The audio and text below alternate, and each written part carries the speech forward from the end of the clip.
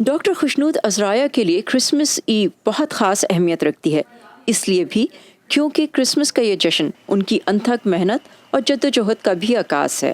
وہ river side California میں Saint George's ایپسکوپل church کی پریسٹ ہیں۔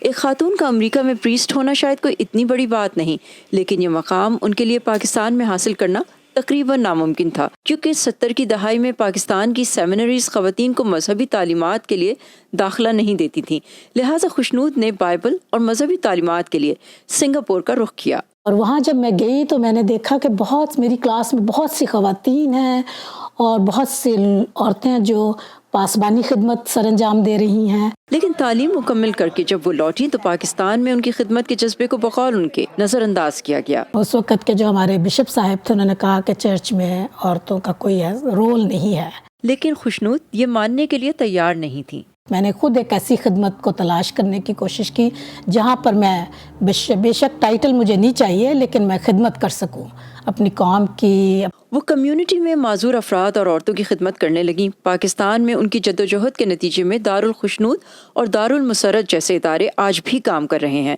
اور پھر 23 سال خواتین کے حقوق کی جدوجہد کے بعد چرچ نے انہیں پریسٹ یا پاسبان کا ٹائٹل تو دیا، لیکن وہ کہتی ہیں آج بھی چرچ آف پاکستان خواتین کو باقاعدہ پادری کے عہدے پر فائز نہیں کرتا۔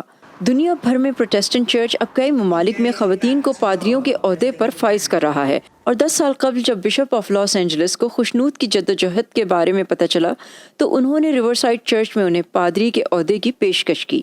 یہاں خوشنود کے پاس ایک فریڈم ہے، جس آزادی سے وہ یہاں کام کر سکتی ہیں، اور جس آزادی سے اس کی ذمہ داری کو ریکگنائز کیا جاتا ہے، وہ پاکستان میں نہیں ہے۔ ڈاکٹر خوشنود کی بیٹی سان فرانسسکو سے اپنے والدین کے ساتھ کرسمس منانے آئی ہیں۔ یہ ایک خاص موقع ہے کیونکہ میری شادی ہونے کے بعد میری والدہ چرچ کا حصہ بنی، لہٰذا میں نے پہلے کبھی انہیں کرسمس پر باز کرتے نہیں دیکھا۔ خوشنود ازرایا کی کہانی ہمیں بتاتی ہے کہ خوابوں کی سرحد حقیقت سے ملتی ہے اگر اس میں یکسوئی اور محنت شامل ہوں۔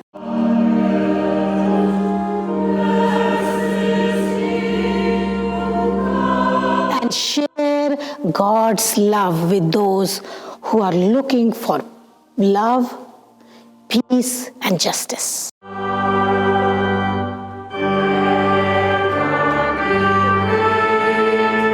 ازرایا کی پیرشنر کو مدر خوشنود کی جو بات سب سے زیادہ پسند ہے، I just love her energy. She keeps us busy. Doctor Khushnood نے اپنے چرچ کے سامنے ایک بین المذاہب باغ بھی لگایا ہے جس کی باغبانی مختلف مذاہب کے مذہبی رہنما مل کر کرتے ہیں۔ وہ کہتی ہے یہ باغ یکجہتی اور امن کا پیغام دیتا ہے۔ وہ کہتی ہے یہ ان کا خواب ہے کہ ایک دن پاکستان میں بھی خواتین پادری کے فرائض انجام دے سکیں۔ Saba Shah Khan, Voice of America, Riverside, California.